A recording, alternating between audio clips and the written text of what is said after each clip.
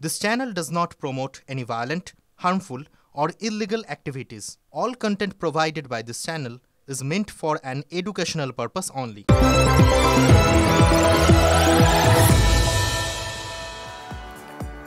নমস্কার, দেখছেন টিভি9 বাংলা। আপনাদের সঙ্গে রয়েছে আমি মধুকল্পিতা। সুপার প্রাইম টাইমে আজকে আমাদের যেদিকে নজর রাখতে হবে তা অবশ্যই যাদবপুরে ইঞ্জিনিয়ারিং পড়ার স্বপ্ন দেখেনি এমন পড়ুয়া এ রাজ্যে হাতে গোনা। সেই যাদবপুরেই এবারে সবরের প্রতীক্ষায় দিন গুনছে। কবে আসবে ইঞ্জিনিয়ারিং এর প্রথম বর্ষের পড়ুয়া? সৌজন্যে ঝুলে থাকা ওবিসি সংরক্ষণ মামলা, সুযোগ বুঝে ফায়দা লুটছে বেসরকারি ইঞ্জিনিয়ারিং কলেজ।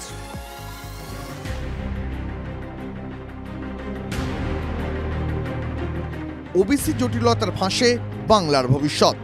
রাজ্য জয়েন্টের রেজাল্ট কবে বেরোবে সে নিশ্চয়তা মেলেনি। ফলে বাংলার বহু মেধাবী পড়ুয়া যারা ইঞ্জিনিয়ারিংয়ে ভর্তি হওয়ার স্বপ্ন দেখছিলেন পড়েছেন আতান্তরে। এটা তো খুবই চিন্তার বিষয়, কারণ আমাদের একটা বছর পুরো আমরা রিপিটার হিসাবে আমরা একটা ইনস্টিটিউটে পড়লাম এবং এর কারণে আমাদের এখন রেজাল্ট পেলাম না, তো এটা আমাদের ভর্তির জন্য খুবই অসুবিধা হচ্ছে। প্রায় 5 মাস হয়ে গেল জেইই মেন্সের ফল প্রকাশিত হয়েছে। গত মাসে বেরিয়েছে জেইই অ্যাডভান্সডের ফলও। অনেকেই ভর্তি হয়ে গেছেন আইআইটি বা এনআইটিতে। তুলনামূলক কম নম্বর পেয়েছেন যারা, তারা চলে যাচ্ছেন ভিন রাজ্যের বেসরকারি ইঞ্জিনিয়ারিং কলেজে ভর্তি হতে। কিন্তু বাকিরা কি করবেন? ফল প্রকাশ না হওয়ায় রাজ্য জয়েন্টের ভর্তি প্রক্রিয়া তো শুরুই হলো না। সরকারি কলেজে যদি কারোর অত সামর্থ্য না থাকে তখন সেই ক্ষেত্রে তারা কি করবে? যাদবপুর বিশ্ববিদ্যালয়ের 16টি শাখা মিলিয়ে ইঞ্জিনিয়ারিংয়ে মোট আসন সংখ্যা 1250। এখনই ভর্তি প্রক্রিয়া শুরু করতে না পারায় আদৌ আসন সংখ্যা পূরণ হবে কি না তা নিয়ে সংশয় দেখা যাচ্ছে। বেসরকারি ইঞ্জিনিয়ারিং কলেজগুলো নিজেদের মতন প্রবেশিকা নিয়ে ছাত্র ভর্তি করাচ্ছে, কিন্তু সেই সুযোগ নেই যাদবপুরের কাছে। পরিস্থিতি আন্দাজ করে পৃথক কাউন্সেলিং প্রক্রিয়ার জন্য আবেদন করেছিল যাদবপুর বিশ্ববিদ্যালয় কর্তৃপক্ষ, কিন্তু সেই প্রস্তাব খারিজ করে দিয়েছে উচ্চশিক্ষা দফতর। যাদবপুর বিশ্ববিদ্যালয় মানে দাবি করেছে বা আবেদন করেছে যে তাদের কাউন্সিলিংটাকে আলাদা করে দেওয়া। তাতে কি হবে, তাহলে ওয়ান রাউন্ড কাউন্সিলিংয়েই কিন্তু সমস্ত ভর্তি হয়ে যাবে এবং সেশনটা অন্তত 1 থেকে 1.5 মাস আগেই যেতে পারে। এবারে আমাদের ভীষণভাবে আশঙ্কা হচ্ছে যে ভালো স্টুডেন্ট যাদবপুর ইউনিভার্সিটি পেত থ্রু WBJEE, সেই সমস্ত স্টুডেন্ট তাদের মধ্যে অনেকেই জেইই মেন্স দিয়েছে, জেইই অ্যাডভান্সড দিয়েছে। সুতরাং তারা কিন্তু ওই জেইই মেন্স বা জেইই অ্যাডভান্সডের থ্রু দিয়ে এনআইটি বা আইআইটিগুলো বেছে নেয়। প্রশ্ন হচ্ছে রাজ্য জয়েন্টের ফল প্রকাশে বাধা কোথায়? সূত্রের খবর, ওবিসি সংক্রান্ত জটিলতা না কাটলে ফল প্রকাশে আপত্তি রয়েছে রাজ্য জয়েন্ট এন্ট্রান্স বোর্ডের। 7 না 17% ওবিসি সংরক্ষণ কতটা তা নিয়ে নির্দিষ্ট কোনো নির্দেশ নেই বোর্ডের কাছে। সুপ্রিম কোর্টে কবেই বা ওবিসি মামলা শুনানি হবে সেই নিশ্চয়তা এখনো নেই। হাইকোর্ট বলে দিয়েছে 2010 সালের আগে যা রোস্টার ছিল বা যেভাবে রিক্রুটমেন্ট বা অ্যাডমিশন হতো সেইভাবে হতে কোনো বাধা নেই। এইভাবে অ্যাডমিশন বা রিক্রুটমেন্ট ফেলে রাখা যায় না। এখন রাজ্য সরকারের এটা ট্রেন্ড হয়ে গেছে যে কোর্ট যে অর্ডারটা দেবে আমরা সেটা মানব। রাজ্য জয়েন্ট এন্ট্রান্স বোর্ডের অবশ্য দাবি, রাজ্য সরকারের নির্দিষ্ট নির্দেশ ছাড়া কোনো কিছু করার জায়গায় আমরা নেই। আইনি বাধা হোক চাই না, ছাত্র স্বার্থে কোনো সিদ্ধান্ত নেওয়া হলে তা ওয়েবসাইটে আপলোড করা হবে। রাজ্যের বাইরে যে এনআইটি আইআইটিগুলো রয়েছে এবং বেশি যে সরকারি ইঞ্জিনিয়ারিং কলেজগুলো রয়েছে সেখানে কিন্তু ভর্তি প্রক্রিয়া চলছে। অর্থাৎ পশ্চিমবঙ্গের মেধাবী ছাত্ররা বাইরের রাজ্যের ইঞ্জিনিয়ারিং কলেজে চলে যাচ্ছেন, যেটা চিন্তা। ক্যামেরা কল্যাণের সঙ্গে সুমন, টিভি9 বাংলা, কলকাতা। বেসরকারি ইঞ্জিনিয়ারিং কলেজে পড়ার খরচ অনেকটাই, লাখ লাখ টাকা, অনেকেই সাধ্যের বাইরে। তাই গরিব বা মধ্যবিত্ত মেধাবী পড়ুয়াদের ভরসার জায়গা সরকারি ইঞ্জিনিয়ারিং কলেজ। কিন্তু এখন ওবিসি জটে আটকে আছে রাজ্য জয়েন্ট এন্ট্রান্সের ফল প্রকাশ, ফলে ঘুম উড়েছে পড়ুয়াদের।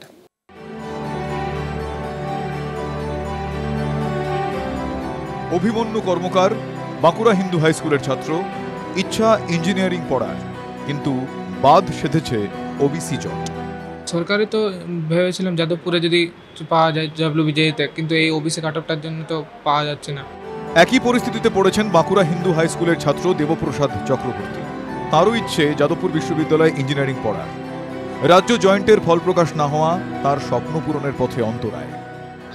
এটা কিন্তু একটা মানে গ্রিপ লাগিয়েছে, ভয়ও লাগিয়েছে আমাদের নিজেদের মধ্যে। রাজ্যের যাদের ইঞ্জিনিয়ারিং পড়ার স্বপ্ন তাদের কাছে অন্যতম লক্ষ্য হয়ে ওঠে রাজ্যের সরকারি ইঞ্জিনিয়ারিং কলেজগুলি, কিন্তু ওবিসি জটে সেই ইঞ্জিনিয়ারিং কলেজে ভর্তি যেমন আটকে রয়েছে, তেমনই ওয়েস্ট বেঙ্গল জয়েন্ট এন্ট্রান্সের যে পরীক্ষা সেই পরীক্ষার এখনও পর্যন্ত ফলাফল প্রকাশ করা যায়নি। গভর্নমেন্ট ইঞ্জিনিয়ারিং কলেজে যারা ভর্তি হতে চায় তারা একটা দিশাহারা, তারা অলরেডি কোনো দিশা না দেখতে পেয়ে প্রাইভেট কলেজে একটা মোটা টাকা দিয়ে ভর্তি হচ্ছে বাধ্য হয়ে, কারণ তাদের মধ্যে অনেক গরিব মেধাবী ছাত্র আছে। একটা মানসিকতা থাকে কম্পিটিটিভ পরীক্ষা দেওয়ার জন্য, তো সেই মানসিকতাটাই ওদের মধ্যে ভেঙে যাচ্ছে, তো ছেলেপেলেগুলো মানে দ্বিধাগ্রস্ত হয়ে যাচ্ছে। ঘুম উড়েছে অভিভাবকদের। সামনে আগস্ট মাস চলে আসছে, যে সময় আমাদের ক্লাস শুরু হয়ে যাওয়ার কথা, এখনও আমরা কোনোই আলোর দিশাও দেখতে পাচ্ছি না। তো লক্ষ লক্ষ টাকা খরচ করে বেসরকারিতে পড়ানোর অবস্থা সবার নেই, যেরকম আমাদেরও নেই। এভাবে আর কতদিন এটা চলবে? ওবিসি জটের মধ্যে আমরা যেভাবে ফেঁসে গেছি। আর এ নিয়ে রাজ্য সরকারকে আক্রমণ শানিয়েছেন প্রাক্তন কেন্দ্রীয় শিক্ষা প্রতিমন্ত্রী। পাল্টা জবাব দিয়েছে তৃণমূল। পশ্চিমবঙ্গ সরকার যেভাবে হিন্দু ওবিসিদের স্বার্থ একেবারে ক্ষুণ্ণ করে মুসলিম ওবিসিদের সেগুলো দেওয়ার চেষ্টা করছে, যার ফল হচ্ছে আজ এই ছাত্র সমাজকে ভোগ করতে হচ্ছে। এই একটা সেকশন সক্রিয়, ক্রমাগত মামলা করে সমস্ত জিনিসকে দীর্ঘসূত্রিতার দিকে ফেলে দেওয়া। কোর্টে মামলাটা পেন্ডিং, আমার মনে হয় না সাবজুডিস ম্যাটার নিয়ে আমাদের কোনো মন্তব্য করা সমীচীন। বিজেপি হচ্ছে সংরক্ষণ বিরোধী। রাজনীতি চলছেই, আর অন্যদিকে বহু কষ্টে লালিত স্বপ্ন ভঙ্গের আশঙ্কায় এখন চূড়ান্ত উদ্বেগে দিন কাটছে এ রাজ্যের হাজার হাজার পড়ুয়ার। হীরক মুখোপাধ্যায়ের রিপোর্ট, TV9 বাংলা। জ্বালানির সুইচ বন্ধ হওয়াতেই টেক অফের কয়েক সেকেন্ডের মধ্যেই বিমানের দুটি ইঞ্জিনই থেমে যায়। পাইলটরা মরিয়া চেষ্টা করেন, কিন্তু দুর্ঘটনা তারা এড়াতে পাননি। আহমেদাবাদের যে বিমান দুর্ঘটনা তার 1 মাসের মাথায় তদন্ত রিপোর্টে এই চাঞ্চল্যকর তথ্য সামনে আসছে। পাইলটদের শেষ মুহূর্তের কথোপকথন সেটাও জানা যাচ্ছে, এবং এই রিপোর্টে কিন্তু স্পষ্ট করে পাখির ধাক্কা, অন্তর্ঘাত এই বিষয়গুলি একেবারে উড়িয়ে দেওয়া হয়েছে। শুধু তাই নয়, ইঞ্জিনের গোলযোগ এই বিষয়টাও কিন্তু এই রিপোর্টে নাকচ করে দেওয়া হয়েছে। রানওয়ে ছাড়ার কয়েক সেকেন্ডের মধ্যেই আছড়ে পড়েছিল এয়ার ইন্ডিয়ার বোয়িং ড্রিমলাইনার। আহমেদাবাদে ভয়াবহ বিমান দুর্ঘটনার 1 মাসের মাথায় সামনে এলো দুর্ঘটনার ঠিক আগে 2 পাইলটের কথোপকথন। ককপিট ভয়েস রেকর্ডার থেকে পাওয়া সেই কথোপকথন উঠে এসেছে দুর্ঘটনার প্রাথমিক রিপোর্টে। শনিবারই প্রাথমিক রিপোর্ট প্রকাশ করে এয়ারক্রাফট অ্যাক্সিডেন্ট ইনভেস্টিগেশন ব্যুরো বা AAIB। রিপোর্ট অনুযায়ী টেক অফের কয়েক সেকেন্ডের মধ্যেই এয়ার ইন্ডিয়ার বিমান AI-171-এর 2টি ইঞ্জিনই বন্ধ হয়ে যায়, যার পিছনে মূল কারণ 2টি ইঞ্জিনের ফুয়েল সাপ্লাই বন্ধ হওয়া। ফুয়েল কন্ট্রোল সুইচ চালু বা রান থেকে কাট অফ পজিশনে গিয়ে বন্ধ হয়ে গেছিল। মাত্র 1 সেকেন্ডের ব্যবধানে 2টি ইঞ্জিনের ফুয়েল কন্ট্রোল সুইচ অফ হয়ে গেছিল। 2টি ইঞ্জিনে ফুয়েল সাপ্লাই বন্ধ হতেই বন্ধ হয়ে যায় ইঞ্জিন, গতিও কমে যায়। শেষ মুহূর্ত পর্যন্ত ইঞ্জিন চালু করার মরিয়া চেষ্টা চালান পাইলট। এই তদন্তে অন্যতম গুরুত্বপূর্ণ ভূমিকা নিয়েছে বিমানের ককপিট রেকর্ডার। রেকর্ডারের তথ্য অনুযায়ী বিমান মাটি ছাড়ার পরই এক পাইলট অন্যজনকে প্রশ্ন করেন, কেন তুমি জ্বালানি বন্ধ করে দিলে? জবাবে অপর পাইলট জানান তিনি তা করেননি। AAIB রিপোর্ট সামনে আসার পরই শুরু হয়েছে জল্পনা। মূল প্রশ্ন, বিমানে জ্বালানি কেন বন্ধ হলো? কোনো যান্ত্রিক ত্রুটি কি, নাকি সত্যিই কোনো এক পাইলট ভুলবশত জ্বালানি বন্ধ করেছিলেন? ককপিট থেকে ইঞ্জিনে ফুয়েল সাপ্লাই বন্ধ করার বিষয়টি সম্ভব বলে মানছেন উড়ান বিশেষজ্ঞরাও। তবে তারা সকলেই একমত, এ নিয়ে আরও বিস্তারিত তদন্তের প্রয়োজন। 2 पायलटों के बीच में जो कम्युनिकेशन हुआ है, आई थिंक उसके ऊपर शायद और फर्दर इन्वेस्टिगेशन की ज़रूरत पड़ेगी, क्योंकि देखिए टेक ऑफ के बाद जनरली ये फ्यूल्स जो कट ऑफ स्विच है वो कट ऑफ नहीं की जाती है। এই সুইচটা কোনো পাইলট মানে উন্মাদ না হলে সে করবে না। আর ফিউয়েল সুইচ সবসময় একটা গার্ডেড সুইচ হয়, মানে আমি ইচ্ছা করলাম টুক করে হাত দিয়ে অফ করে দেবো, তা হতে পারে না। উইদিন আ সেকেন্ড একটার পর আরেকটাকে আমি অফ করতে পারবো না। দুর্ঘটনার কারণ নিয়ে এখনই কোনো সিদ্ধান্তে পৌঁছতে নারাজ কেন্দ্রীয় অসামরিক বিমান পরিবহন মন্ত্রী কে রামমোহন নাইডু।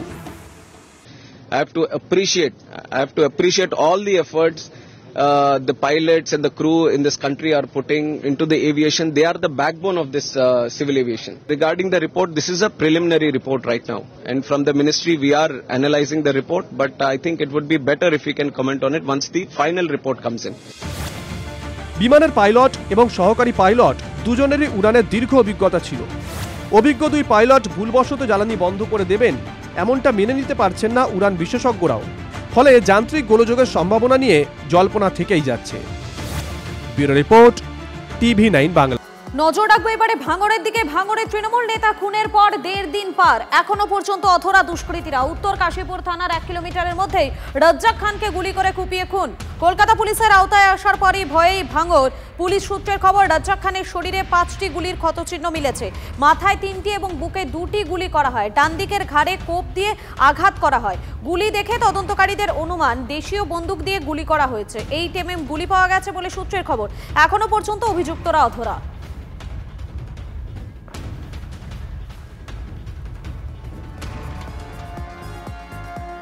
চালতাবেরিয়ায় তৃণমূলের আহ্বায়ক রাজ্জাক খান খুনে এখনো পর্যন্ত অধরা দুষ্কৃতীরা।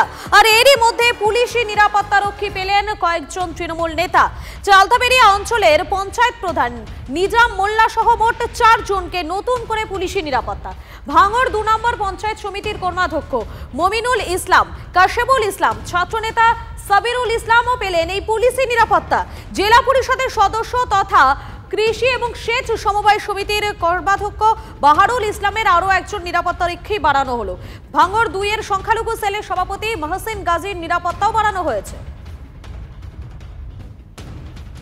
নিশ্চিতভাবে যেভাবে এই সমাজবিরোধী আইএসএফরা খুনিরা যেভাবে আজকে রাজ্জাককে কেড়ে নিয়েছে, স্বাভাবিক কারণে প্রশাসনের বিভিন্ন উইংস থেকে হয়তো কোনো মেসেজ আছে, যার কারণে হয়তো তাদেরকে নিরাপত্তার ব্যবস্থা করা হয়েছে।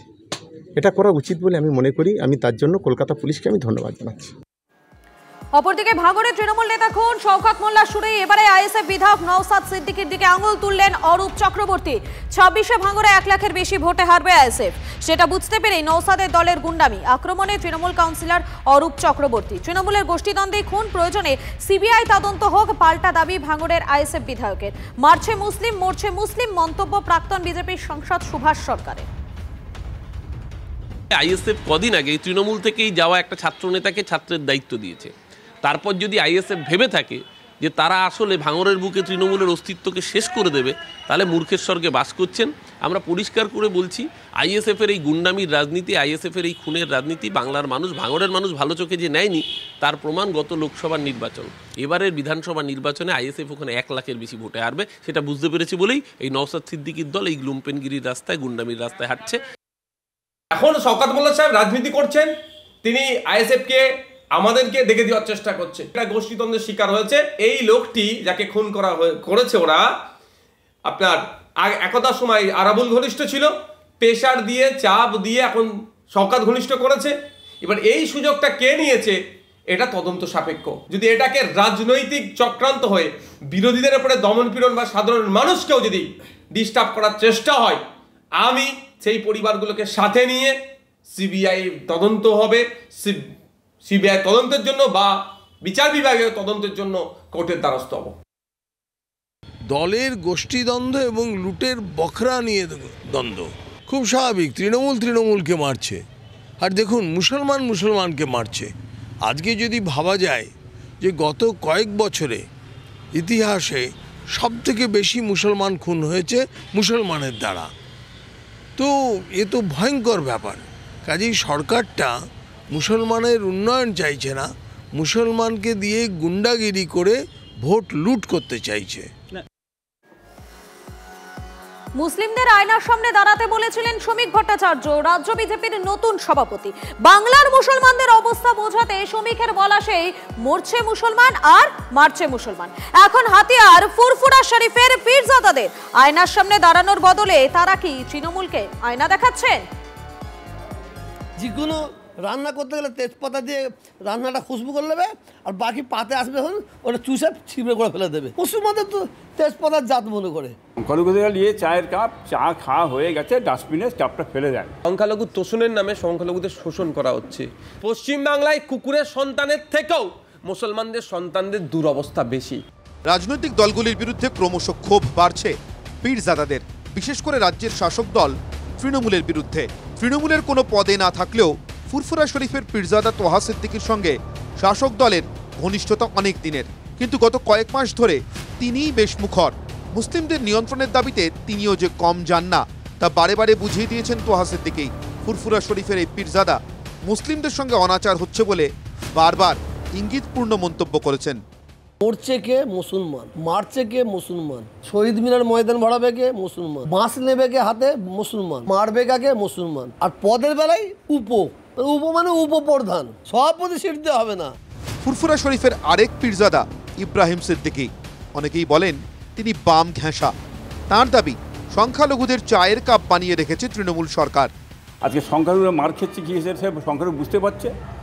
এই সরকার আসার পর সংখ্যালঘুদের কিছুই তো হয় না, কেবলমাত্র চায়ের কাপ ব্যবহার ছাড়া আর অন্য কিছু নেই, এরা কিছু পাবে না। তৃণমূলকে বিঁধেছেন ফুরফুরা শরীফের আরেক পীরজাদা তথা আইএসএফের বিধায়ক নওশাদ সিদ্দিকী। আমি বলছি ছাগলের তৃতীয় সন্তানের জায়গাতেও রাখেনি সংখ্যালঘুদের। কুকুরের সন্তানের জন্য মিড ডে মিলের অ্যারেঞ্জ করতে বললেও মুসলমানদের সন্তানদের জন্য দীর্ঘদিনে যেটা দাবি, তাদের যারা পড়াশোনা করছে আনএডেড মাদ্রাসাতে, তাদের মিড ডে মিলের ব্যবস্থা করার কোনো ব্যবস্থা হচ্ছে না।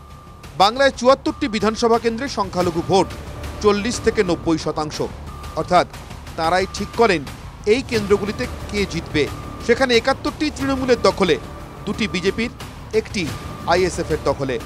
ভোটের জন্য মুসলমান, এটাই তৃণমূলের প্রকৃত মুসলমানের প্রতি ভালোবাসা। এইভাবে মুসলিমদের খাটো করা উচিত না। মুসলিমরা হিন্দুদের মতো সমান অধিকারের অধিকারী। আজ যদি ব্যবহার করা হয় মুসলমানদেরকে তেজপাতা হোক বা এঁটো ভাঁড়, তার জন্য তোহা সিদ্দিকীও দায়ী আর বাকি নেতাও দায়ী। বলবো সরাসরি রাজনীতিতে আসুন, রাজনৈতিক লড়াই রাজনীতিকভাবে বুঝে নেবে। ২৬-এর নির্বাচনে এবারের আলোচনার কেন্দ্রবিন্দুতে ফুরফুরা শরীফ আর তার আলোকবিন্দুতে কাশেম সিদ্দিকী। তৃণমূলে তাঁর নতুন পদ পাওয়া, রাজ্য সাধারণ সম্পাদক হয়েছেন কাশেম। রাজনৈতিক মহলে গুঞ্জন, কাশেমের পদ পাওয়া নিয়ে সংখ্যালঘু নেতাদের একাংশের অন্দরেও চড়ছে পারদ। বিজেপির নতুন রাজ্য সভাপতি শ্রমিক ভট্টাচার্য মুসলিমদের আয়নার সামনে দাঁড়ানোর কথা বলতেই সেই পারদ আরও চড়া। মুসলমান মারছে মুসলমান। শ্রমিকের বক্তব্য হাতিয়ার করে পীরজাদারা যেভাবে হুঙ্কার হুঁশিয়ারি দিচ্ছেন, তা কি সংখ্যালঘু ভোট এদিক ওদিক হওয়ার ইঙ্গিত? Bureau report, TV9 Bangla. নজর রাখবো বীরভূমের দিকে। বীরভূমের সদাইপুরে জঙ্গল থেকে মহিলার দেহ উদ্ধার ঘিরে চাঞ্চল্য। ধর্ষণ করে খুন করা হয়েছে, দাবি মৃতের পরিবারের। সদাইপুর থানায় ধর্ষণ করে খুনের অভিযোগ দায়ের পরিবারের। বেশ কয়েকদিন ধরেই নিখোঁজ ছিলেন মহিলা। আমাদের সঙ্গে রয়েছেন আমাদের প্রতিনিধি হিমাদ্রি রয়েছেন। হিমাদ্রি, বিস্তারিত জানাও। হ্যাঁ দেখো, সকালবেলায় যে ছবি আমরা দেখলাম যে এক মহিলার মৃতদেহ উদ্ধার করলো সদাইপুর থানার পুলিশ। সদাইপুর থানার পুলিশ মৃতদেহ উদ্ধার করার পর ময়নাতদন্তের জন্য যখন সিউড়ি সদর হাসপাতালে ওই মহিলার দেহ নিয়ে আসে, তখন তার পরিবারের লোকজন সিউড়ি সদর হাসপাতালে দাবি করে যে তাদের পরিবারের ওই মহিলাকে ধর্ষণ করা হয়েছে এবং ধর্ষণ করার পরে খুন করা হয়েছে। ইতিমধ্যে সদাইপুর থানাতেও কিন্তু ধর্ষণের অভিযোগ দায়ের করা হয়েছে পরিবারের পক্ষ থেকে। একেবারেই ধন্যবাদ হিমাদ্রি। সম্ভবত গলায় ফাঁস দেওয়া আছে, মনে হচ্ছে যে এটা মার্ডার। আমরা জঙ্গলের মাঠ দেখতে আসছিলাম, মাঠ দেখতে এসে ওটা দেখলাম। বয়স 20 থেকে 25। গতকাল আলমবাবা মেলা ছিল, সম্ভবত মেলাতে আসে তো অনেক লোক আসে, তো রাত্রের মধ্যে মার্ডারটা হতে পারে।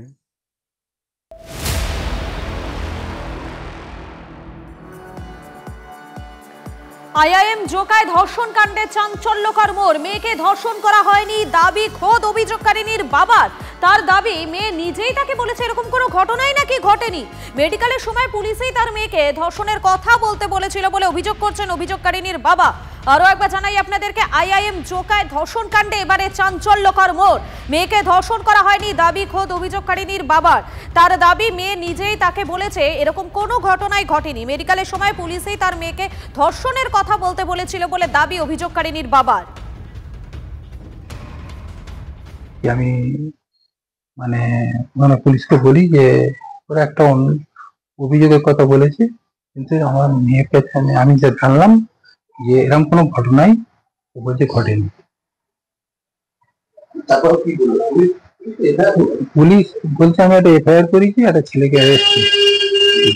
আমি মেয়ের সঙ্গে কথা বলে জানলাম, মেয়ে বললো না এরকম কিছু হয়নি, আমাকে পুলিশ বলছিল আপনি মেডিকেলে গিয়ে এই বলবেন, আমি সেগুলো কিছু বলিনি ওগুলো। আইআইএম জোকায় ধর্ষণে অভিযুক্ত প্রভাবশালী আরো খারাপ কাজ হতে পারে। ঘটনাস্থল থেকে নমুনা সংগ্রহ করতে হবে।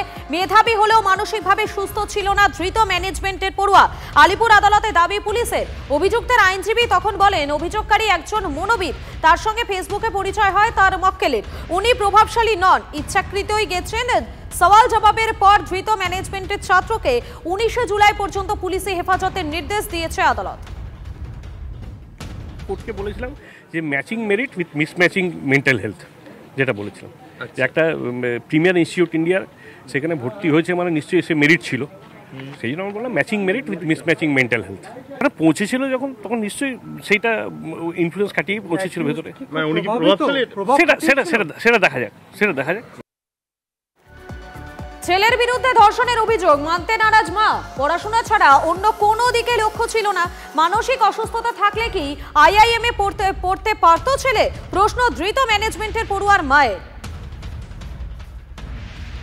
तो साइकाइट्री प्रॉब्लम होता तो इतना पढ़ाई वो करता था क्या?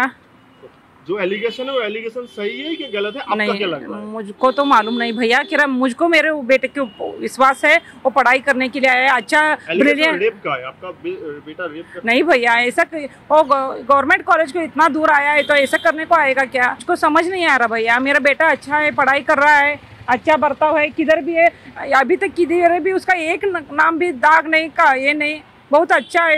किधर गया तो पढ़ाई अच्छा करके आया है, नंबर आया है उसका।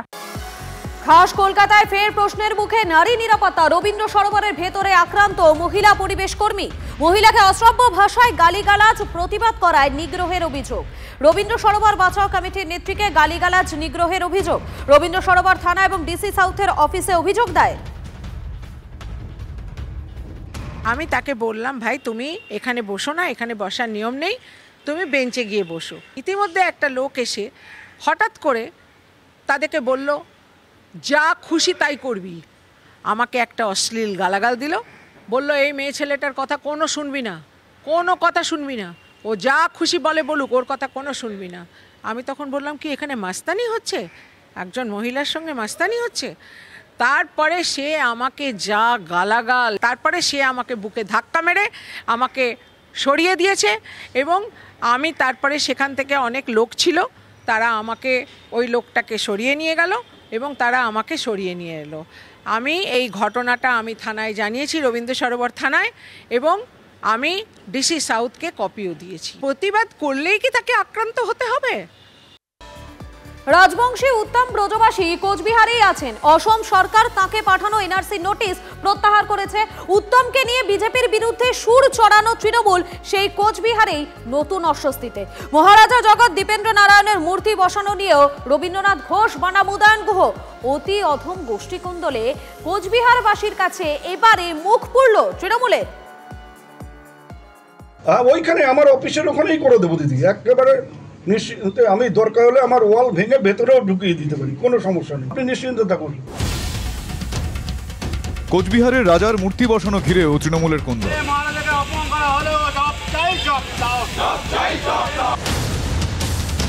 আবারও প্রাক্তন উত্তরবঙ্গ উন্নয়ন মন্ত্রী রবীন্দ্রনাথ ঘোষ বনাম বর্তমান উত্তরবঙ্গ উন্নয়ন মন্ত্রী উদয়ন গুহ। দ্বন্দ্ব ঠেকাতে হস্তক্ষেপ করতে হলো খোদ মমতা বন্দ্যোপাধ্যায়কে। মুখ্যমন্ত্রী ফোন করার পরেই ঢোক গিললেন উদয়ন গুহ। কোচবিহার পুরসভার উদ্যোগে মহারাজা জগৎ দীপেন্দ্র নারায়ণের মূর্তি বসানোর জন্য সাগরদিঘি চত্বর উত্তরবঙ্গ উন্নয়ন দপ্তরের সামনে একটি জায়গা বেছে কাজ শুরু হয়। সেই খবর পেয়েই আপত্তি জানান উদয়ন গুহ। সূত্রের খবর জেলা শাসককে ফোন করেন। অভিযোগ এরপরেই পুলিশ দিয়ে সেই কাজ বন্ধ করে দেয়। এই খবর পাওয়ার পরেই তড়িঘড়ি মূর্তি স্থাপনার জায়গায় চলে যান তৃণমূলের কাউন্সিলররা। মূর্তি বসাতে বাধা দেওয়ায় তীব্র ক্ষোভ প্রকাশ করেন তারা। শুধু তাই নয়, পুরো চেয়ারম্যান রবীন্দ্রনাথ ঘোষের অনুগামীরা রাজার ছবি দিয়ে ওই জায়গায় মূর্তি স্থাপনের দাবি জানান। এখানে কাজ করছিল লেবাররা, কে বা কারা এসে ওদের বাধা দেয়, কাজ বন্ধ করে দেয়। শোনার সাথে সাথে আমরাও চলে আসি। এখানে কেউ বাধা দিতে পারে না, তার নৈতিক কোনো অধিকার নেই। যদি দিয়ে থাকে তাহলে এটা অন্যায় করেছে বলে আমি মনে করি। এই পরিস্থিতিতে মুখ্যমন্ত্রী ফোন করেন উত্তরবঙ্গ উন্নয়ন মন্ত্রীকে। মুখ্যমন্ত্রীর নির্দেশের পরেই 180 ডিগ্রি ঘুরে উত্তরবঙ্গ উন্নয়ন মন্ত্রী জানিয়ে দিলেন মূর্তি স্থাপনাতে কোনো বাধা নেই। এমনকি তাঁর দাবি তিনি পুরসভার চেয়ারম্যানকেও এ নিয়ে ফোন করেছেন। সামনে আপনারা থাকতে থাকতেই মাননীয় মুখ্যমন্ত্রী ফোন করেছিলেন। তিনি চান যে মূর্তি এমনভাবে বসানো হোক যে মূর্তির প্রতি যাতে সবাই মিলে শ্রদ্ধা জানাতে পারেন। সেটা যদি পৌরসভা নিজেরা করে ভালো, নাহলে আমরা উত্তরবঙ্গ উন্নয়ন দপ্তর থেকে একটা মডার্ন ছোট গার্ডেন আমরা এখানে তৈরি করে দেবো। আমি চেয়ারম্যানকে ফোন করলাম, উনি হয়তো একটু বাইরে ব্যস্ত আছেন, তার ফলে আসতে পারলেন না। উনি বললেন যে তাহলে আপনি জায়গা দেখিয়ে দিন, আমাদের কোনো সমস্যা নেই। একেবারে হওয়া উচিত ছিল না, কারণ রাজার প্রতি কুচবিহারের মানুষের একটা শ্রদ্ধা রয়েছে। মূর্তি বসবে পৌরসভার নির্দিষ্ট জায়গাতেই বসবে। একবার জটিলতা যখন তৈরি হয়েছে, সবার মতামত নিয়ে আমরা সঠিক জায়গায় আমরা মূর্তি স্থাপন করতে চাইছি। দিনহাটার বিধায়ক উদয়ন গুহ ফরওয়ার্ড ব্লক ছেড়ে তৃণমূলে আসার পরেও দলের নেতা রবীন্দ্রনাথ ঘোষের সঙ্গে তার বিশেষ বনিবনা ছিল না। এরপর তোরসা দিয়ে অনেক জল বয়ে গিয়েছে। দীর্ঘদিন ধরে রবীন্দ্রনাথ ঘোষ ও উদয়ন গুহর জেলায় একেবারে আদায় কাঁচকলায় সম্পর্ক। প্রকাশ্যেই একে অপরের দিকে কাদা ছুঁড়তে পিছু পা হন না তারা। কুচবিহারের মানুষের যে মর্যাদা, সেই মর্যাদাকে একেবারে সম্পূর্ণরূপে আঘাত করেছে। সামনেই বিধানসভা ভোট, তার আগে কোচবিহারবাসীর আবেগে শান্তিতে মহারাজার মূর্তি বসাতে চেয়েছিল তৃণমূল পরিচালিত পুরসভা। কিন্তু তৃণমূলের কোন্দলে কোচবিহারবাসীর সেই আবেগেই কি ধাক্কা লাগলো? সুমন কল্যাণ ভদ্র রিপোর্ট, TV9 বাংলা। অসমের মুখ্যমন্ত্রী হিমন্ত বিশ্ব শর্মার বিরুদ্ধে বাঙালি বিদ্বেষী মন্তব্যের অভিযোগ এবারে তৃণমূল কংগ্রেসের। তৃণমূলের দাবি জাতিগত জাতগণনার যারা নিজেদের মাতৃভাষা বাংলা বলে উল্লেখ করবেন তাদের অবৈধ বাংলাদেশি বলেছেন হিমন্ত বিশ্ব শর্মা। অসমের মুখ্যমন্ত্রী একটি ভিডিও পোস্ট করে দাবি তৃণমূল কংগ্রেসের বিজেপি বাঙালি আর বাংলাদেশিদের মধ্যে পার্থক্যটাই মুছে দিতে চাইছে। বিজেপি বাঙালিদের বাংলাদেশি বলে চিহ্নিত করে দেশ ছাড়া করতে চাইছে। ডিটেনশন ক্যাম্পে পাঠানোর পরিকল্পনা বিজেপির। এক্স হ্যান্ডেলে পোস্ট করে হিমন্তের বিরুদ্ধে বাঙালি বিদ্বেষ ছড়ানোর অভিযোগ তৃণমূলের। রাজনৈতিক উদ্দেশ্যে হিমন্ত বিশ্ব শর্মার মন্তব্যকে ভুল ব্যাখ্যা করে প্রচার করছে তৃণমূল। পাল্টা সরব বিজেপির রাজ্য সভাপতি শ্রমিক ভট্টাচার্য।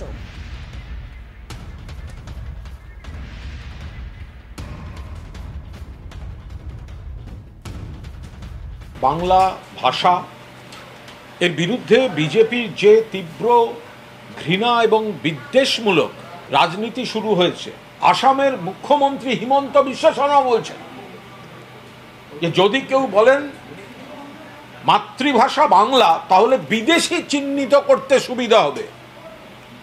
আমরা যারা বাংলায় কথা বলি আমরা সবাই বিদেশি। যদি উনি বাংলাদেশকে ইঙ্গিত করে অনুপ্রবেশকারীদের সম্পর্কে বলে থাকেন তাহলে তো প্রথম অমিত শাহ বিএসএফ এর ব্যর্থতার কথা ওনার বলা উচিত। সেটাকে ঢাকতে যারা বাংলায় কথা বলে তাদের সকলকে আপনি বিদেশি বলছেন।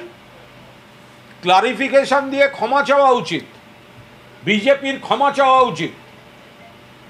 আর আপনারা দয়া করে বিবেচনা করুন, এই বিজেপি হচ্ছে একটা বাংলা বিদ্বেষী দল।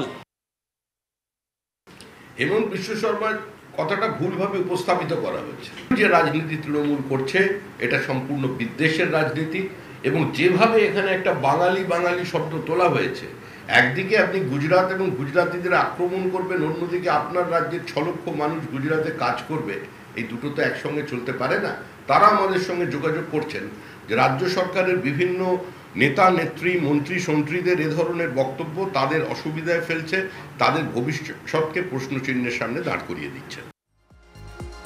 রাস্তা তুমি কার? উত্তর দিচ্ছে জনতা। একাধিক রাস্তার এমন অবস্থা হয়েছে যে বিধায়ককে ঘিরে ধরে তুমুল বিক্ষোভ রাস্তা সারাইয়ের জন্য।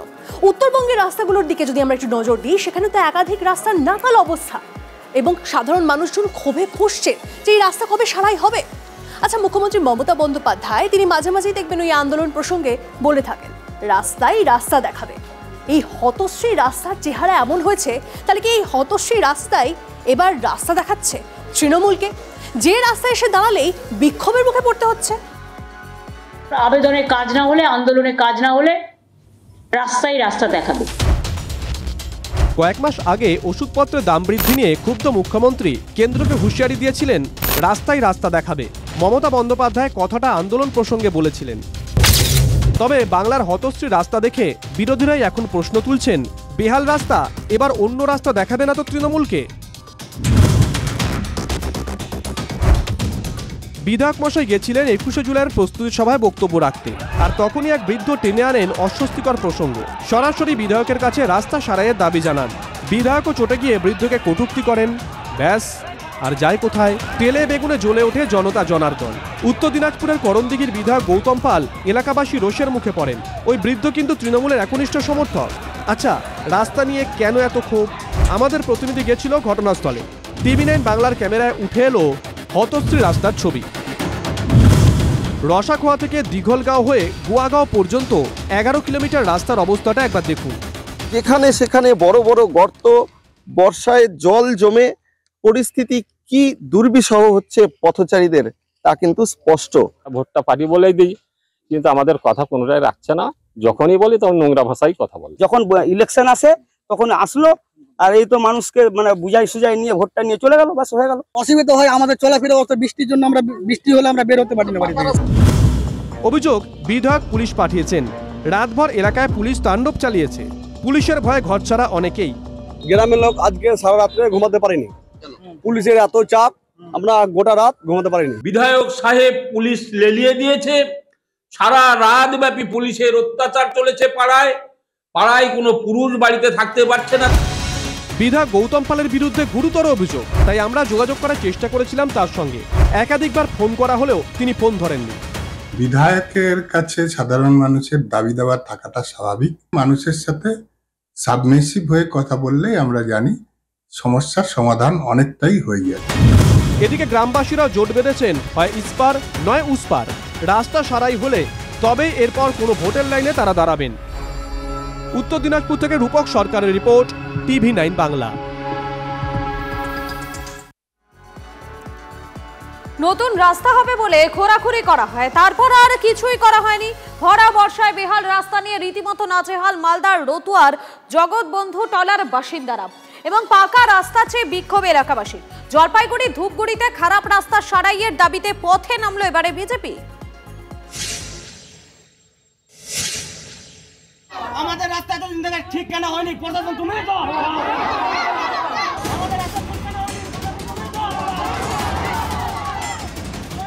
উত্তরবঙ্গ উন্নয়ন দপ্তর থেকে 1,37,00,000 টাকা বরাদ্দ হয়েছে। ঢাকঢোল পিটিয়ে শিলান্যাসও হয়। ঠিকাদার সংস্থা প্রায় 500 মিটার রাস্তা খুঁড়ে ফেলে, তারপর আর সংস্কারের কাজ শুরু হয়নি। মাসের পর মাস বেহাল রাস্তা নিয়ে নাজেহাল এলাকাবাসী।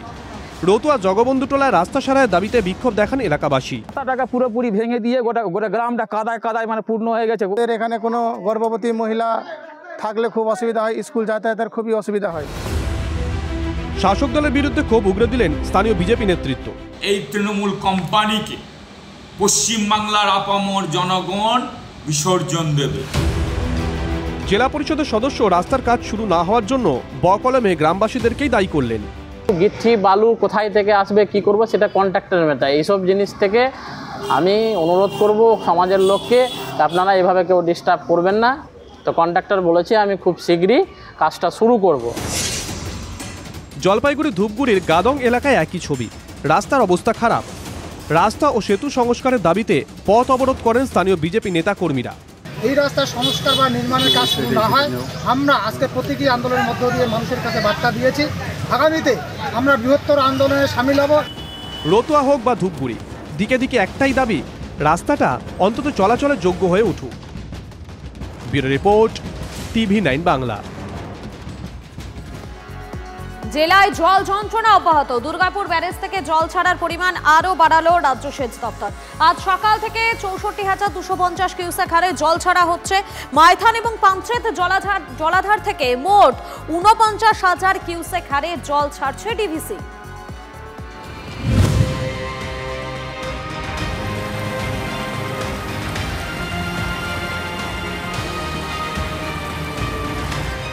ঘাটালের কোতলপুরে বন্যার জলে স্নান করতে গিয়ে তলিয়ে গেল প্রথম শ্রেণীর ছাত্রী।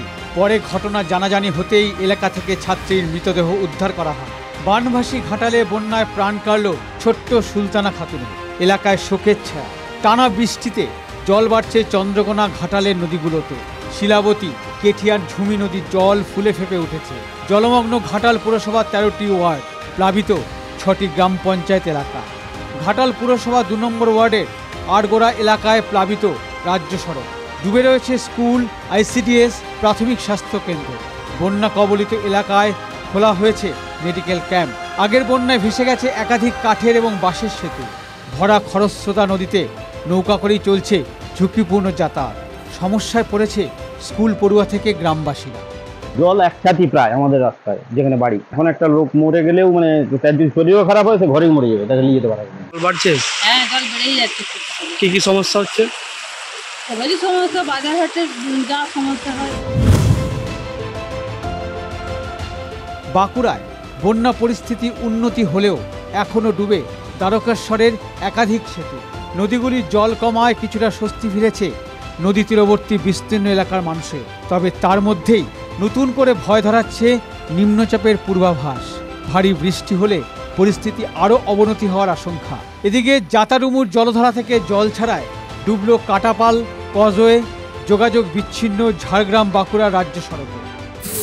গোপালপুর মাঠে জমি আছে, জমি দেখতে যাবো। প্রাণের ঝুঁকি নিয়ে পারাপার করলেন কি? হ্যাঁ, উপায় নেই আমাদের। কজওয়ে ডুবে থাকায় বাঁকুড়া ঝাড়গ্রাম রাজ্য সড়ক আগে থেকেই বিচ্ছিন্ন রয়েছে। স্বাভাবিকভাবেই ফুলকুসুমা থেকে বিনপুর যাওয়ার রাস্তা দিয়ে চলছিল যাতায়াত। শনিবার সকাল থেকে সেই রাস্তার উপরে থাকা কাটাপাল কজওয়ে ডুবে যাওয়ায় সেই রাস্তাতেও যোগাযোগ বিচ্ছিন্ন হয়ে পড়ল। অসীম বেরা এবং হীরক মুখোপাধ্যায়ের রিপোর্ট, TV9 বাংলা।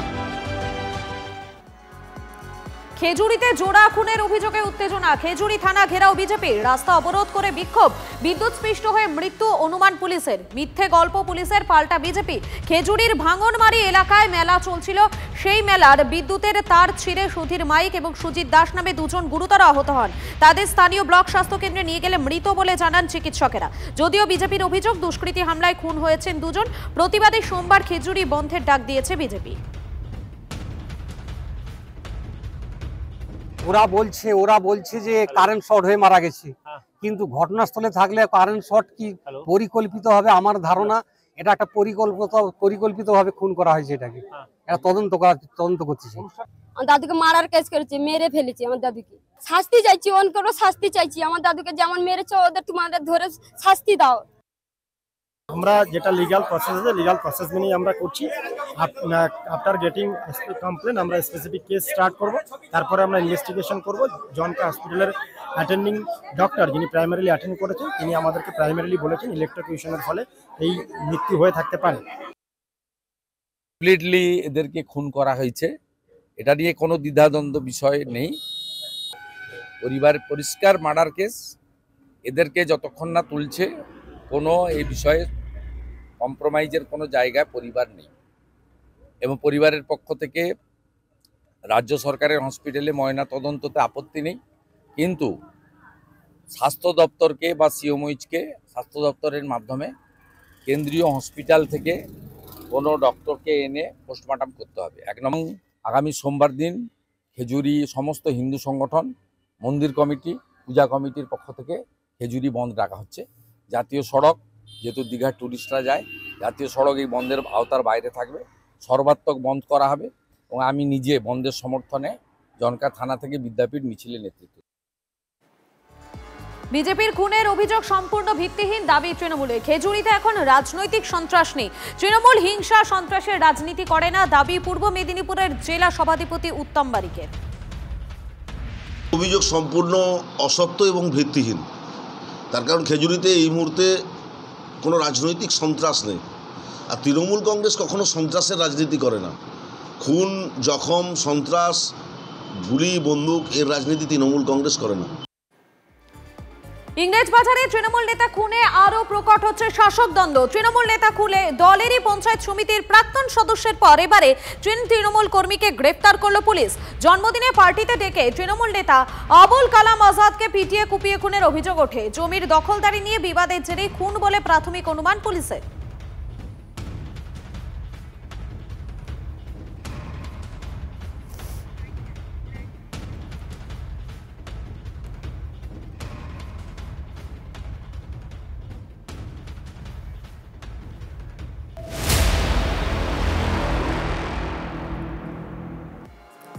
হরিয়ানার টেনিস খেলোয়াড় রাধিকা যাদব খুনে নয়া মোড়। TV9 বাংলার হাতে খুনের আগে রাধিকার শেষ হোয়াটসঅ্যাপ চ্যাট। মৃত্যুর আগে বাড়ি থেকে অনেক দূরে কোথাও চলে যেতে চেয়েছিলেন রাধিকা। শুধু নিজের জন্য একটু সময় বার করতে চেয়েছিলেন বছর 25-এর এই তরুণী। বাড়িতে সবকিছুই মানা, আমার দম বন্ধ হয়ে আসছে হোয়াটসঅ্যাপ চ্যাটে লেখেন রাধিকা। সূত্রে খবর, নিজের কোচের সঙ্গে চ্যাট করেছিলেন রাধিকা। টেনিস খেলতে চীনে যাওয়ার প্রসঙ্গে আলোচনা হয় দুজনের মধ্যে।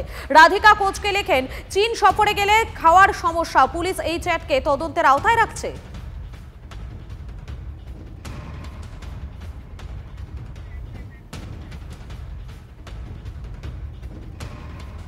আচ্ছা, এই রাধিকাকে খুনের পেছনে কি সোশ্যাল মিডিয়া অ্যাকাউন্ট নিয়ে বাবা মেয়ের মধ্যে কোনো দ্বন্দ্ব ছিল? এই তথ্য উড়িয়ে দিচ্ছে না গুরগাঁও পুলিশ। সম্প্রতি রাধিকার সোশ্যাল মিডিয়া অ্যাকাউন্ট ডিলিট করে দেন তার বাবা দীপক যাদব। রাধিকা বাড়ির এত বিধিনিষেধ মেনে নিতে পারছিলেন না। তার হোয়াটসঅ্যাপ চ্যাটের লাইনে বাড়ি এবং বাবাকে নিয়ে একগুচ্ছ অভিযোগ, এবং রাধিকার নিজের টেনিস একাডেমিতে বাচ্চাদের যোগ দিতে উৎসাহ দিচ্ছিলেন। সোশ্যাল মিডিয়াতেও পোস্ট করতেন এই বিষয়, সেটা মেনে নিতে পারছিলেন না বাবা দীপক যাদব। অথচ রাধিকা চ্যাট অন্যদের ভাই বা স্যার বলেই তা কথা বলতেন, কিন্তু সেটুকুও তার বাবা সহ্য করতে পারতেন না বলে অনুমান তদন্তকারীদের। असला लिया था उस समय कितने अमनेशन खरीदे थे, ठीक है। वो अमनेशन ने जो हमारे से 6 बरामद हुए हैं, बाकी बरामद करनी है। रिमांड पर भेजा। अब कितने दिन की रिमांड मिली है? 1 दिन का मिला है। 1 दिन का। सर, क्या कुछ रिकवरी करनी है या कहानी जो ये अमनेशन रिकवर करना है। एमिनेशन कहाँ फेंका है, सब बताया अभी तो कुछ?